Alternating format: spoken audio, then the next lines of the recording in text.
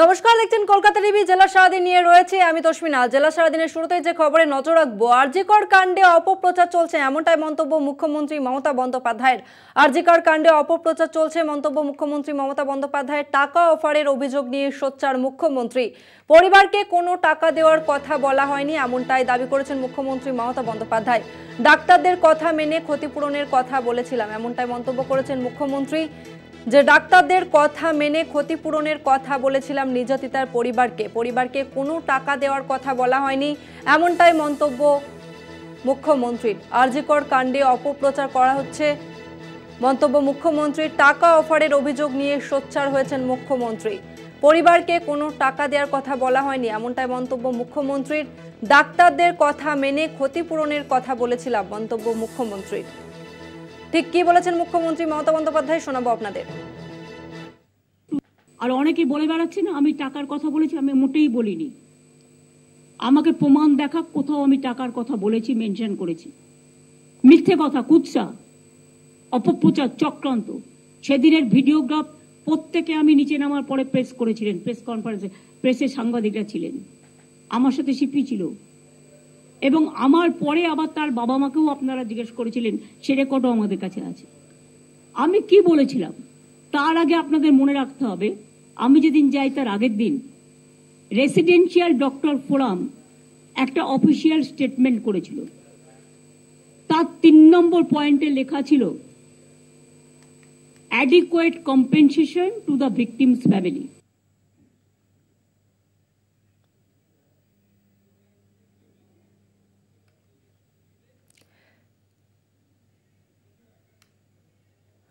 অন্যদিকে আন্দোলনের গলা টিপে মারতে চাইছেন মুখ্যমন্ত্রী। টাকার প্রস্তাব নিয়ে মিথ্যা ভাষণ করেছেন মুখ্যমন্ত্রী মমতা বন্দ্যোপাধ্যায়। নিজের ঘরে ঘটলে উৎসবে ফিরতেন মুখ্যমন্ত্রী, এইটাই প্রশ্ন নির্যাতিতার পরিবারের পরিবারের পক্ষ থেকে পাল্টা প্রশ্ন করা হয়েছে মুখ্যমন্ত্রীকে, যে আন্দোলনের গলা টিপে মারতে চাইছেন মুখ্যমন্ত্রী, নির্যাতিতার পরিবারের দাবি। টাকার প্রস্তাব নিয়ে মিথ্যা ভাষণ করছেন মুখ্যমন্ত্রী মমতা বন্দ্যোপাধ্যায়। নিজের ঘরে ঘটলে উৎসবে ফিরতেন মুখ্যমন্ত্রী, প্রশ্ন নির্যাতিতার পরিবারের। মুখ্যমন্ত্রী মমতা বন্দ্যোপাধ্যায় তিনি দাবি করেছেন যে নির্যাতিতার পরিবারকে টাকা দেওয়ার কথা বলা হয়নি, চিকিৎসকদের কথা ভেবে তিনি টাকা দেওয়ার কথা বলেছিলেন। তবে আন্দোলনের গলা টিপে মারতে চাইছেন মুখ্যমন্ত্রী। টাকার প্রস্তাব নিয়ে মিথ্যা ভাষণ করেছেন মমতা। নিজের ঘরে ঘটলেও উৎসবে ফিরতেন মুখ্যমন্ত্রী, প্রশ্ন নির্যাতিতার পরিবারের। আমাদের সঙ্গে রয়েছেন প্রতিনিধি জয়ন্ত মজুমদার। জয়ন্ত, ঠিক আজ কি বললেন মুখ্যমন্ত্রী? দেখো, মুখ্যমন্ত্রী যেমনটা কথা বলেছিলেন এবং মুখ্যমন্ত্রীর যে আন্দোলন, সেই যে আন্দোলনের বিষয় তিনি বলেছিলেন এবং টাকা দেওয়ার বিষয় নিয়ে একটা প্রসঙ্গ উঠেছিল, পুলিশ টাকা নিয়ে নেওয়ার অভিযোগ উঠেছিল ডিসি নর্থের বিরুদ্ধে। সেই বিষয়ে মুখ্যমন্ত্রী পরিষ্কারভাবে বলেছেন এরকম কোনো ঘটনা ঘটেনি।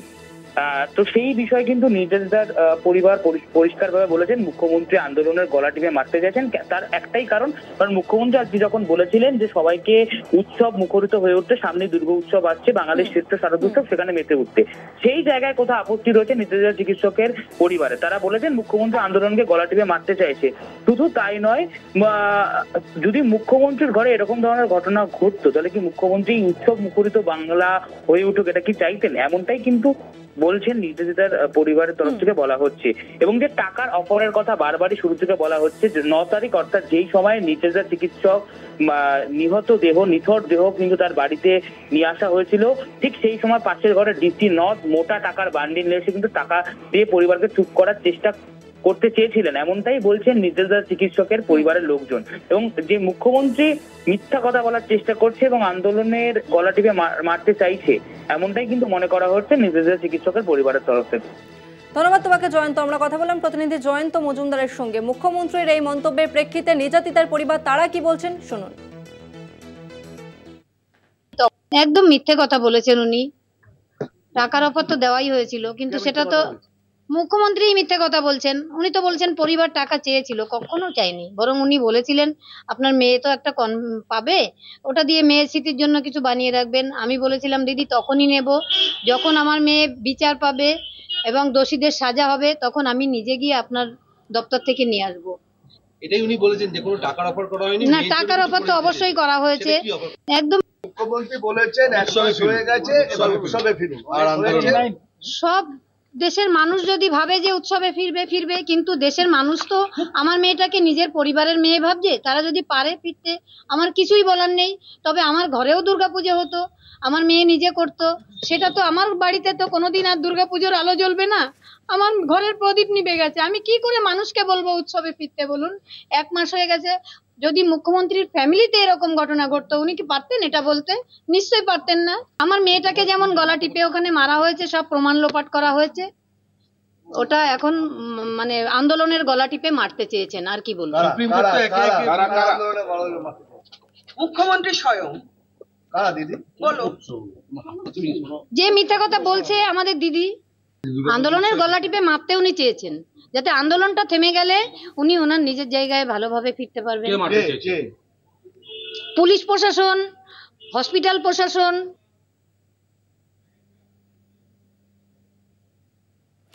সুপ্রিম কোর্টে আরজিকর মামলার হাই ভোল্টেজ শুনানি। নির্যাতিতা দেহরসের নমুনা সিসিটিভি ফুটেজ ভিন রাজ্যের সিএফএসএল ও এইমসে পাঠানো হবে, এমনটা জানিয়েছে সিবিআই। আগামী সোমবারের মধ্যে নতুন রিপোর্ট পেশের নির্দেশ। 17 সেপ্টেম্বর পরবর্তী শুনানি। সুপ্রিম প্রশ্নে নির্যাতিতার দেহের চালান হাসপাতাল থেকে ময়নাতদন্তের জন্য দেহ পাঠানো চালান কোথায়?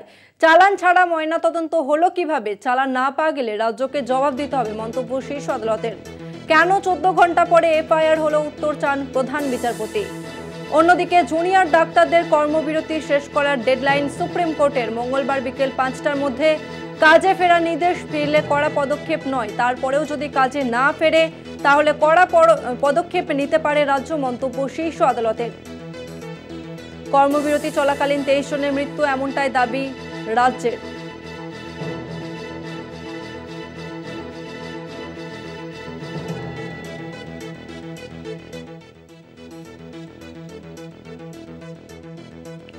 রাজ্যের বিরুদ্ধে অসহযোগিতার অভিযোগ। সোমবার রাত 9টার মধ্যে নিরাপত্তা সংক্রান্ত প্রয়োজনীয় জিনিসপত্র দিতে হবে। আরজিকর মামলার হাই ভোল্টেজ শুনানি ছিল আজকে এবং নির্যাতিতার দেহরসের নমুনা সিসিটিভি ফুটেজ ভিন রাজ্যের সিএফএসএল ও এইমসে পাঠানো হবে, জানিয়েছে সিবিআই। আগামী সোমবারের মধ্যে নতুন রিপোর্ট পেশের নির্দেশ। 17 সেপ্টেম্বর পরবর্তী শুনানি হবে আরজিকর মামলার। সুপ্রিম প্রশ্নে নির্যাতিতা দেহরসের চালান হাসপাতাল থেকে ময়নাতদন্তের জন্য দেহ পাঠানোর চালান কোথায়, প্রশ্ন তুলেছেন আদালত। চালান ছাড়া ময়নাতদন্ত হলো কিভাবে? চালান না পাওয়া গেলে রাজ্যকে জবাব দিতে হবে, মন্তব্য শীর্ষ আদালতের।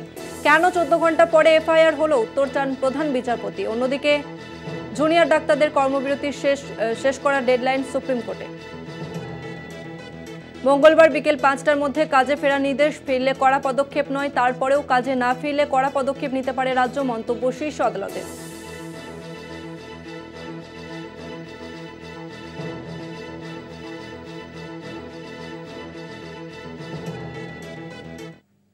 This is serious, and the CBI has taken a decision to send the samples to AIIMS and other Central Forensic Science Laboratory. The person enters, the body parts are not covered, the lead girl is made nude, there are injury marks, and this is the result of FSL. Therefore, who took the samples becomes relevant. Kindly, my lord, have a look. We direct that an officer of the nominated, a sufficiently senior officer of the Home Department nominated by the state of West Bengal and a senior officer of the CISF at the spot shall jointly liaise so as to ensure that all the 3 companies of the CISF personnel which have been deployed at the spot are duly provided for accommodation in the vicinity at par with what has been stated in the tabulated position set out above. Full stop. Next. In the event that any further full stop arrangements have been made for providing 6 buses, 4 trucks, and 3 light motor vehicles. Full stop. The 2 officers shall ensure that all requisitions, that necessary requisitions which are made by the CISF are duly complied with by 5 p.m. today. Full stop. Necessary gadgets for security purposes shall likewise be arranged no later than by 9 p.m. Today. We are of the view that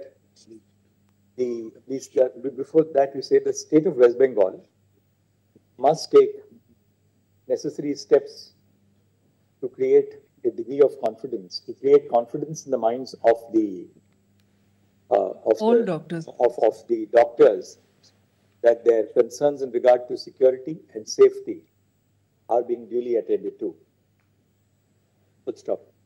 In order to ensure this, all the respective district collectors and superintendents of police shall take stock of the situation and ensure that necessary conditions have been created for ensuring the safety and security of all doctors in the government medical colleges and public hospitals, including, into brackets, provision of separate duty rooms for male and female personnel, semicolon, bracket 2, availability of toilet facilities for male and female personnel, semicolon, and bracket 3, the installation of CCTV cameras. In the event that the doctors report for duty within a period of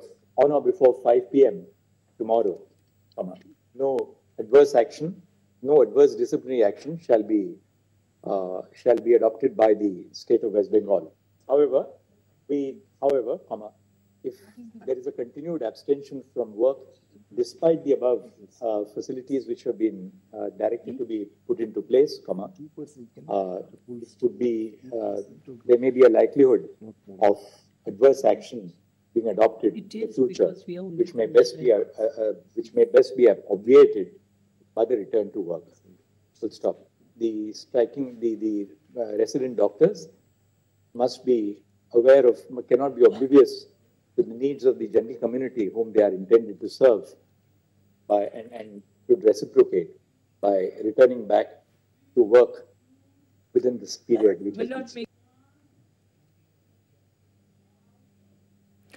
মঙ্গলবার বিকেল ৫টার মধ্যে কাজে ফিরতে নির্দেশ দেওয়া হয়েছে junior ডাক্তারদের। Supreme কোর্টের নির্দেশে হতাশ জুনিয়র ডাক্তাররা। আমাদের দাবি পূরণ হয়নি, সিসিটিভি সহ নিরাপত্তা ব্যবস্থা নেই, কাজে ফেরার মতো নিরাপত্তা কোথায়? আন্দোলনের ফলের কি প্রভাব পড়বে জানি না। সুপ্রিম শুনানির পর প্রতিক্রিয়া আন্দোলনকারী চিকিৎসকদের। ঠিক কি বলেছেন জুনিয়র ডাক্তাররা, শুনুন।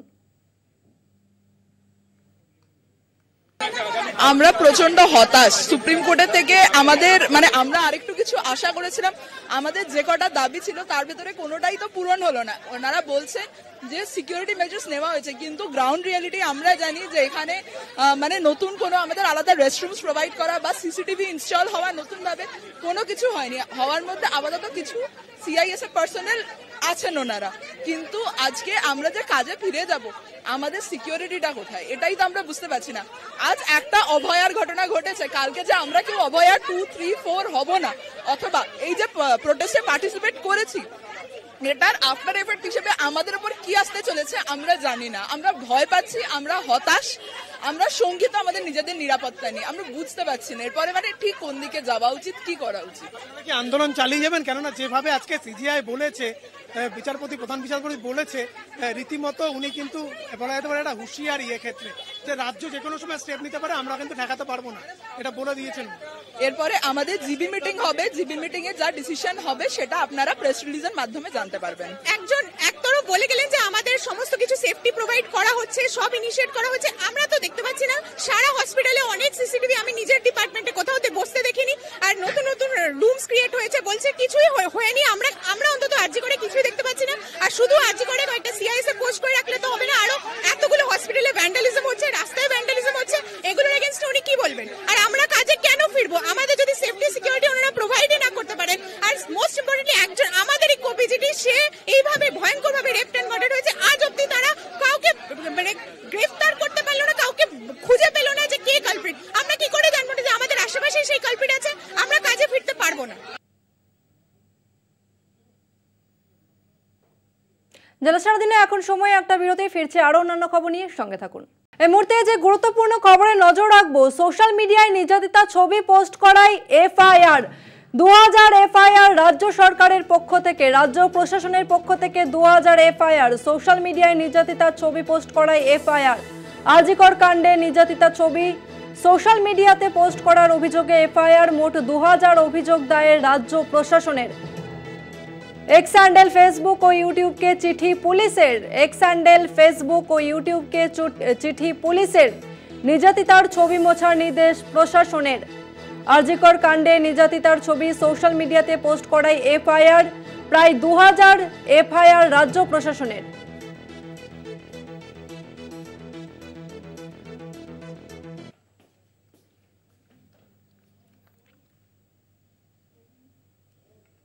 জেলা সারাদিন আজ এই পর্যন্তই। দেখতে থাকুন কলকাতা টিভি, রাত দিন 7 দিন।